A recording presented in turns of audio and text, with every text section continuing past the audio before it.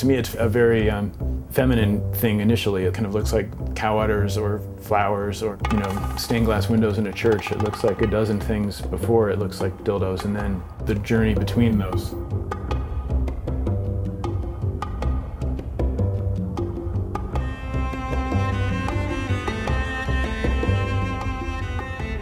Burning Man is a remarkable phenomenon. In a way, it does kind of with humans what my work does with found objects, taking them out of context and putting them where they don't belong. It's already so bizarre to walk into this military trailer that's been turned from an instrument of violence into a weapon of love, but then to take it to the middle of nowhere where it's pitch black and you can see it for half a mile. It was incredibly poetic and beautiful.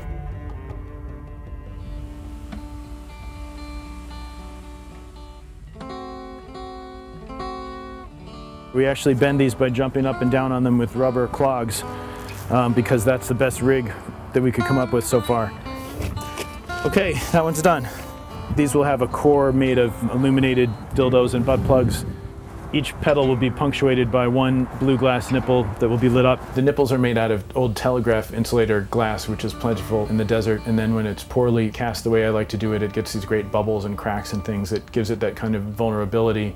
It's this handmade thing that I think has a humanness to it that's exciting. Our guests will come up these stairs. It might be open partway on one side and all the way on the other side, or it might be open all the way on both sides. Back here are these 3 small videos.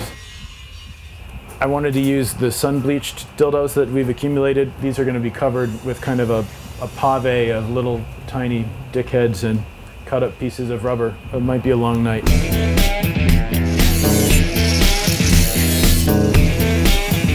The most incredible thing recently is just getting this piece built.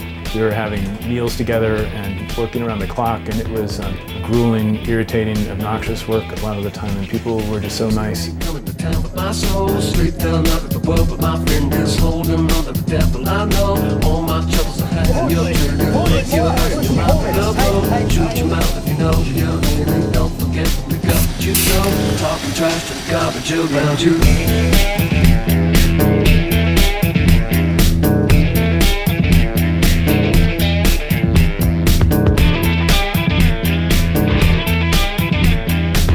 I've always been interested in libidinal structures and similarities between human propagation and plant propagation, and kind of the grotesquerie of human behavior, and then the fragility of life. Like that these tiny little wires are all exposed, and if someone hung on one of them, it would take out this whole bank of these things. They're pretty delicate, even though it looks, it was tough and it made it there and back.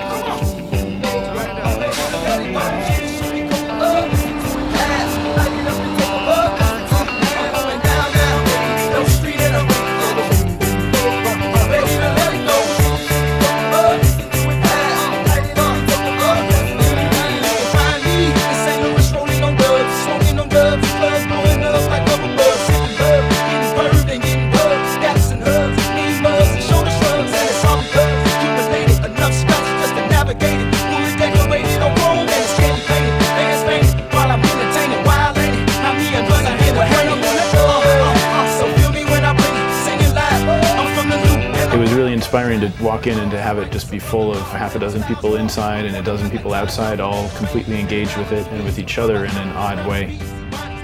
I was asking what the symbolism is between the pacifier and the penis.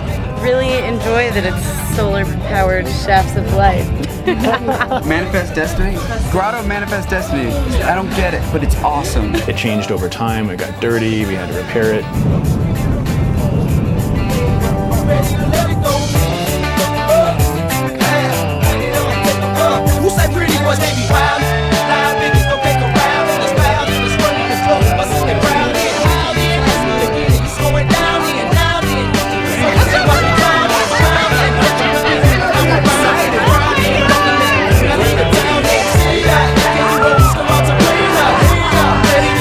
Some people would walk in here and say, oh, this is smutty and nasty, but to me there's nothing different about this than a regular flower.